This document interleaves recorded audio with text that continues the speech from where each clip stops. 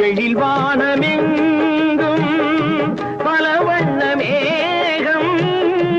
அழகான வீணை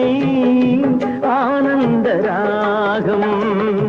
எதிர்கால காற்று எது செய்யும் என்று